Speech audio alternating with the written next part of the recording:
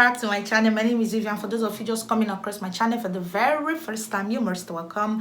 And to my returning subscribers, thank you so much for all your support. So today's video is on postpartum depression. I wanted to do this as a chit chat, get ready with me, but then I thought postpartum depression is a very sensitive and important topic. I wouldn't want to be distracted, hence I'm doing this after wearing my makeup. Okay, so if this sound like what you want to hear, then keep watching. For the notes, it's not like a pleasant experience, both for the person, the woman in question, and for a family, including the child, and because this phase poses serious threat, serious harm to the woman, as some go as far as having suicidal tendency, to wanting to harm their baby, and all that. So yes, while we understand that sometimes this is caused by a rapid drop in hormone, I'm talking about estrogen and progesterone, after the woman put to bed. Oftentimes it starts with baby blues, irritability, not knowing how to go about it, especially for first time moms. It's more challenging for first time moms, actually. And if care is not taken, the person just passes or progresses from baby blues to postpartum depression. The woman is now feeling irritable, lack of appetite, not even interested in whatever is around her. The thing these days is that postpartum depression, there is more publicity about it. Women who have passed through this phase are now readily able to speak up about their experience, what help they sought, and advice for people who may be experiencing it. Okay, so it becomes easy for others to easily identify that, okay, I guess this is what I'm passing through, considering other people's experiences, and they know what to do at the time. Another cause of postpartum depression, or I will call it risk factor, that could trigger a postpartum depression, is lack of support. A woman needs support, especially from pregnancy to childbirth, that's to delivery to after the birth of the child. The support shouldn't be depleted in any of these stages. Okay, yes, when she's pregnant, there's this body changes. I'll call it undesirable change, because of course I'm sure that no woman wants to naturally just have stretch marks, or to have big tummy, or to put on excessive weight that makes it difficult for us to wear our clothes, slay as she actually wants to. But because it's part of the process, it's part of all pregnancy, wanting to have a baby and all that, she just have to go through the truth. During the delivery, it's not easy. That's a different... I used to say that labor and delivery is a different world. It's out of this world. If you have passed through that, you know that yet it's not easy. Okay, and then after she has the baby, there's this sleepless night she gets from nursing the baby. And like I said, especially when she's a first time mom, things can really be messy and more difficult for her, to not having time as she would desire, time on her hand. And if the woman is working, she now has to, or owns a business, that's the work. She now has to think of how to manage the business, manage the home, manage the newborn child, and manage the husband. So it's a whole lot of emotions.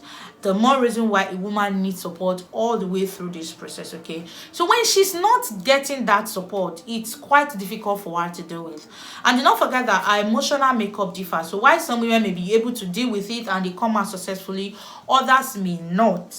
So that is why you do not want to compare two women. Okay, that one had the baby, circumstances differ. That one had the baby, she's able to cope well, and here you have your wife who just had the baby as well, and she's not able to cope as probably you imagine or you envisage that, or probably you see some of your colleagues at your office do that. If you are a woman in question, you are a man, in question. So it's a whole lot. So you don't have to compare two women. So a woman needs a lot of support, from financial to physical to emotional. Yes, emotional. A woman who just had the baby needs a lot of reassurance. I would say that she needs a lot of reassurance, because there's a transition from the phase that she was to a different phase entirely. That transition is not easy. I can tell you from experience that it's not easy. From the body changes alone is not easy to deal with. So she needs that reassurance that, you know what, you're still you. You're still valuable. Your body size, your stretch mark doesn't make you of less value than you were before you had this baby, okay? She needs all that reassurance, especially from the family. We know much of this reassurance should be given by the husband, but she also needs it from the external factors, okay? Rather than giving her that reassurance, you're not telling her, madam, even after 3 months you had a baby, your tummy is still big like this, or as another one entered. That's not what she wants to hear. And that is not what she needs to hear. Excuse me. You can do better. My own experience after I had my baby was that I know some of you, if you have watched the video where I talked about the dumbest things I've done to lose weight, you would have seen one of the picture I inserted in that video. In that picture, I think that picture was a size 6. Yeah, so before I got married, I was already a size 8. So you can imagine me a size 8, getting pregnant, having my baby, and boom, I'm a size 12. Within a period of, let's say within a period of 9 months, yes, because 9 months that's the duration of pregnancy, okay? And from size 8, I moved to a 12. Of course, it wasn't easy for me to accept that, you know what, this is now your new body size. Now, it got to a point where I went to a shop where I used to get my weaves before I got pregnant. Now, obviously, throughout my pregnancy, I never visited that shop. And so after I had my baby, I visited the shop and I met the woman, you know, someone you know that like you're familiar with. I greeted her in a very familiar way. And her response was like, oh, this is the first time I'm meeting you. So when I got that, I sensed that. I like reintroduced myself. And the comment I got was, I don't think it's you. Maybe when I see your pre-pregnancy picture, I would have to believe. It got to that point. So I had to like search through my phone and I showed her my pre-pregnancy picture. And it was then she now came to like, oh, this is you. Now, I know that I wasn't the only one. A lot of women passed through this. Please, I am begging. The purpose of this video is not to come and rant. Please, give a postpartum woman your support. Give a pregnant woman your support. If you cannot encourage her, then do not say a word. It's better not to speak than to say give derogatory remarks. You're not so fat. The woman knows. You don't have to remind her. She's dealing with a lot of pressure already on her own. Please do not add to that pressure she's dealing with. Do not add to her problem so she doesn't go back home and she becomes depressed. There's lack of self-confidence. There is low self-esteem. Please do not add to her worries. I feel like this needs to be spoken of over and over and over again. Like my Obe would say, pregnant women are the most beautiful.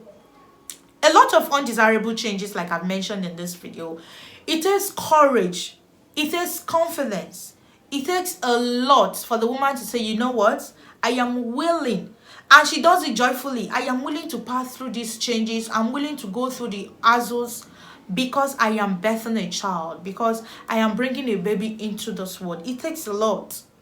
So she needs all the courage that she can get to do that. It's not a lot of women that come out of it. And I bet you do not want to be one of those. You do not want to push a woman into depression because of what you said to her, that you felt she should have done better after having a baby, because of how you think she should look after having a child. No, please. So if you have more suggestions on how to go about postpartum depression as regards support, Please leave your thoughts in the comment section. Like this video, share this video as well, please. Tell a friend to subscribe to my channel. And if you have watched this video to this point, you haven't subscribed to my channel, what are you waiting for? Please hit the subscribe button. Until I see you in my next video, thank you so much for watching, and bye.